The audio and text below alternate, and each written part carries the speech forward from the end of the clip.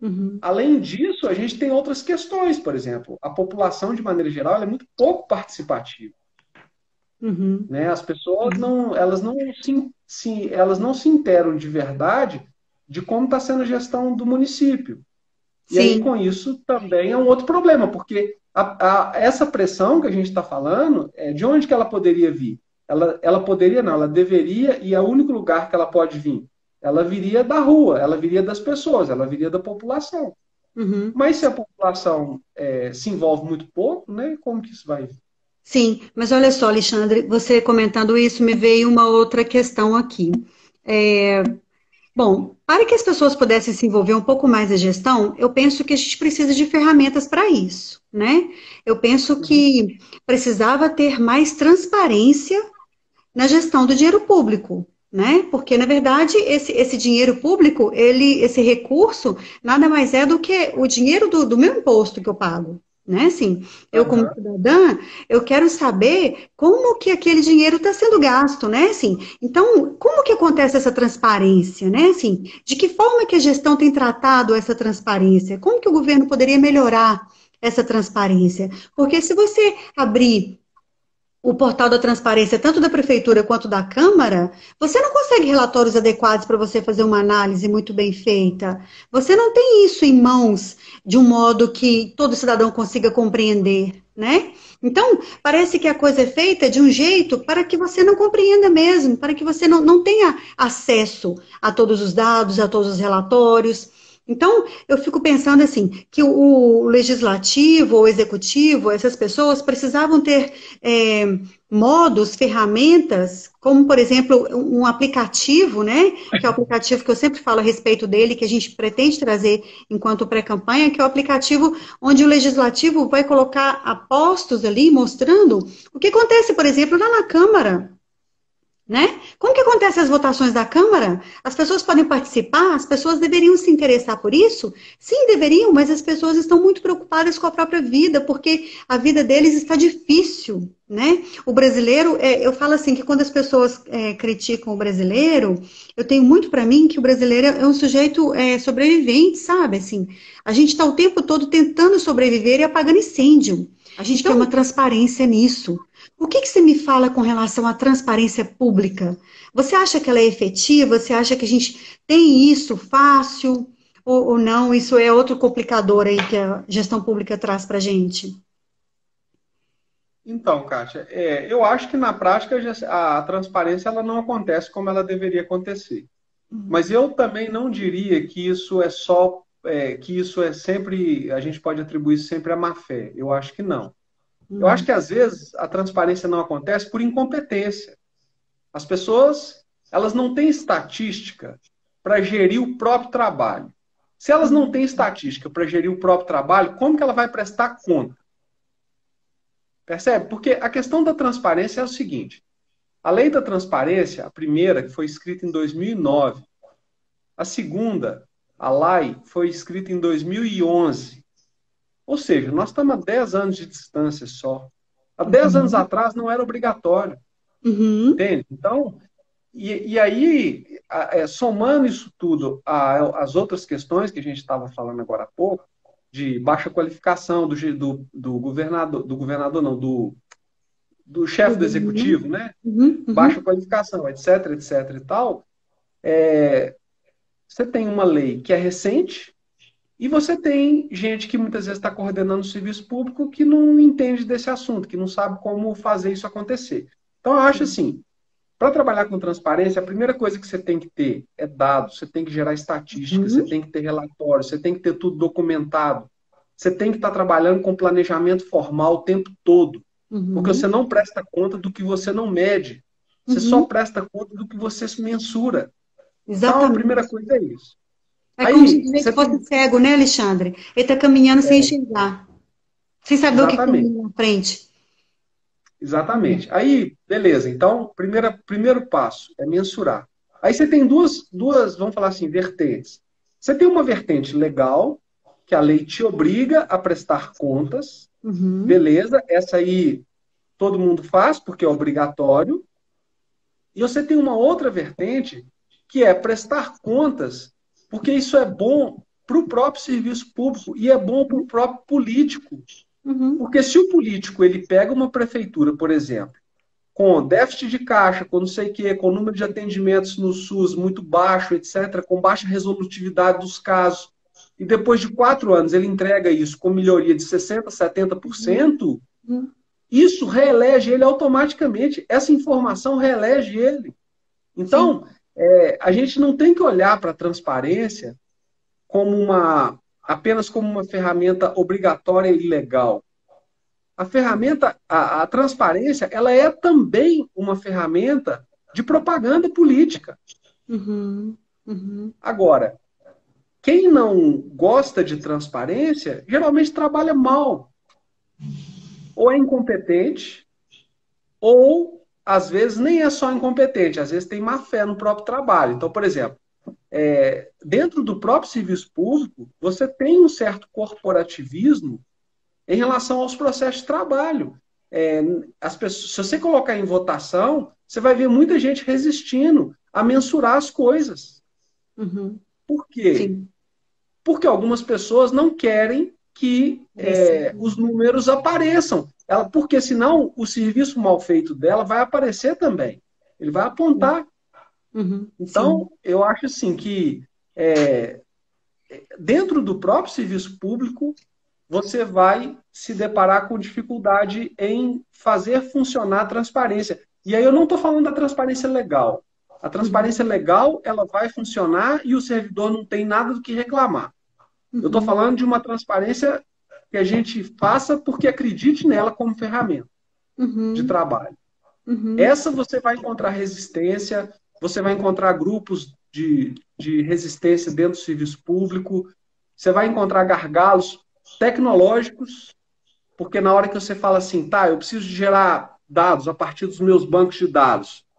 Aí você olha, você tem 8 tipos de linguagens diferentes, você tem 200 bancos de dados separados que não conversam, cada um num tipo de linguagem, cada um usando, entendeu? E Uhum. aí você tem que primeiro integrar isso tudo, aí depois gerar dado bruto, Uhum. depois limpar esse dado e gerar um dado mais qualificado, para depois gerar estatística. Uhum. Para depois Então, isso analisar. para Uhum. depois analisar. Então, quer dizer, isso tudo. E aí você tem um outro ponto, que, na minha opinião, é tão problemático tanto quanto, que é o seguinte: quem faz o portal da transparência, ele não pensa com a cabeça do usuário. Então, eu vou te Uhum. dar um exemplo. Eu gosto muito de usar os dados abertos. Eu vou Uhum. nos portais do governo, dou uma olhada nos números, dou uma olhada no que está acontecendo lá. Se você for no portal do IBGE, você não consegue, você não sabe navegar por lá. Sim. Não tem uma aba que seja tutorial de como usar o site do IBGE. Você sabe o que Então, que eu para um acho cidadão. do IBGE? Eu acho que o IBGE, ele como é que ele não é atual. Os dados que você busca do IBGE, eles são antigos. Você não consegue, agora, atualidade, o que você disse referente à tecnologia, talvez ajudaria o IBGE bastante, se eles contassem com tecnologia. Mas todo dado que você pega do IBGE, ele é muito antigo, ele não é atualizado.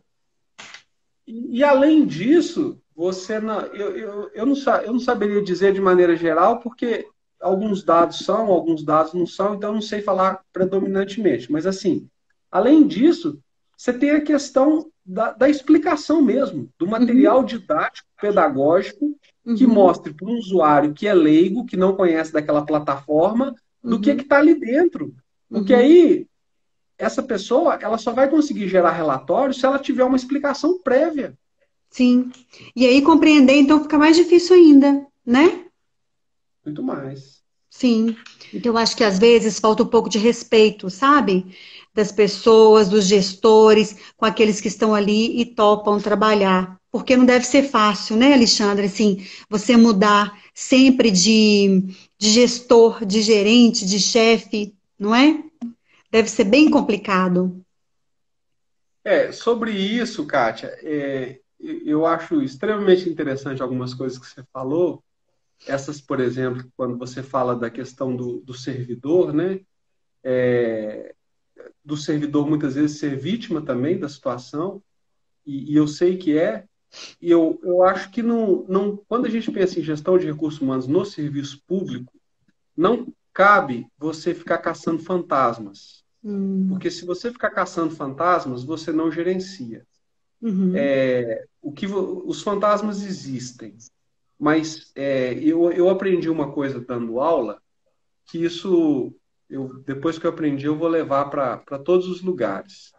Que é o seguinte, quando você tem uma sala, você pode ter uma sala de aula, por exemplo, de 50, 60 pessoas. E dentro desses 50, 60, você tem 8 ou 10 que são pessoas que não têm compromisso. Se você deixar essas 8 ou 10 pessoas contaminarem o ambiente, você vai estragar o ambiente das outras 50. Se você tratar essas 8 ou 10 como um grupo de pessoas minoritário dentro da sala e que não merece tanta atenção no sentido de repreensão, você vai resgatar as outras 50. Então, o trabalho que eu acho que tem que ser feito é um trabalho de resgate dos bons e não um trabalho de punição dos ruins. E isso dentro do serviço público é muito mais relevante, por quê? Porque na hora que você fala de serviço público, você está falando de uma pessoa que tem estabilidade. Ela não tem medo de você, ela não está preocupada se você vai retalhar ou não vai, porque ela está ali, ela tem estabilidade, ela boicota. Então, não cabe pensar, na minha opinião, a não ser em casos mais severos, pensar em punição como uma ferramenta de condução do trabalho. O que você tem que fazer dentro de um lugar igual ao serviço público é muito mais premiar quem está fazendo bem feito, criar ambientes e espaços para poder apresentar os melhores trabalhos, apresentar os melhores servidores. Por exemplo, imagina uma prefeitura igual a de Betim, ou uma do mesmo porte, criar um prêmio anual de premiação dos destaques dentro da prefeitura. Poxa, você quer alguma coisa? Você imagina aí, você vai e faz uma festa para dar essa premiação, e essa premiação, por exemplo, dá um prêmio de R$ 5.000 em dinheiro, e aí você premia por área, coloca, por exemplo, umas 10 áreas, e aí, enfim. Olha, isso vai mexer tanto com os servidores, de maneira geral, aí você fala assim, eu vou gastar R$ 100.000 numa atividade dessa. Isso não é nada. Isso não é nada. Se você pegar uma consultoria de RH, ela vai te cobrar R$ 600.000 para te dar orientação e para poder te entregar algumas ferramentas. Com isso, com uma ferramenta desse tipo, por exemplo, você consegue contaminar a prefeitura inteira. Inteira. Todo mundo vai falar assim, nossa, hoje, semana que vem é o baile, ou é o prêmio, ou é a festa de premiação, e fulano, e fulano, e fulano está concorrendo, e ano que vem eu vou concorrer também. Entende? Então, como é que você melhora o serviço público? Você melhora puxando os bons e não se preocupando com os ruins. Sim. Você falou uma coisa super interessante, né? Eu me lembrei, inclusive, um fato, uma vez que eu fui numa escola, eu estava dando consultoria nessa escola, e a professora veio mostrar para a gente a caderneta que ela tinha a respeito de algumas punições e algumas artes que os meninos estavam fazendo e comportamentos ruins. E aí a primeira coisa que a gente perguntou para ela foi: e a caderneta das coisas boas? Onde está? E aí ela não tinha, né, a caderneta das coisas boas, porque é um pouco disso que você está falando, né? Assim, a gente precisa também não só conversar e tentar tratar e trabalhar aqueles que não estão tão integrados naquilo ali, mas também trazer aqueles que estão bons, né, que estão legais, puxar eles para poder puxar o restante. E eu acho que isso é um continuar de trabalho, né? Assim, eu acho que a gente precisa trabalhar muito ainda essa questão. Eu acho que os recursos humanos, o departamento pessoal, ele pode e deveria ter muito mais aval para trabalhar, né? Ele pode desenvolver o desenvolvimento das pessoas, que isso é uma outra área do RH, que ela é muito legal se ela for bem trabalhada, mas que ela precisa de pessoas para fazer isso, ela precisa de incentivos para fazer isso, e ela precisa também de ferramentas, né? Porque sem as ferramentas ela não vai conseguir fazer nada também. Se ela for só limitada, Fica difícil também, bem complicado, né? E estão chamando a minha atenção aqui porque eu acho que o tempo está chegando no final, Alexandre. Tá tão gostoso a gente conversar, eu acho que eu ficaria bastante tempo. Mas eu Dá para acho que responder mais uma. dá para responder mais uma, estão me dizendo aqui. Deixa eu ver se eu pego alguém aqui. O Raul. Vamos responder aqui a pergunta do Raul e depois aquelas perguntas que eu não consegui responder. O meu assessor aqui já tirou fotos, eu vou responder depois no privado, não vou deixar ninguém sem resposta, tá, gente? Então, o Raul está perguntando como vocês enxergam o papel da vereadora como servidora pública, além das obrigações em representar, legislar e fiscalizar. Quer primeiro ou eu primeiro, Alexandre? Não, você vai lá. Então, olha, eu acho o seguinte, eu acho que o papel mais importante que o vereador, que a vereadora pode ter hoje, seria executar as suas funções pelas quais ela foi colocada ali para fazer, que é representar as pessoas, buscar pelos anseios que é das pessoas, não é dela. Ela tem que fiscalizar as contas do executivo e todo o fazer do uso do recurso público, e ela tem que legislar, ela tem que entregar o produto para as pessoas.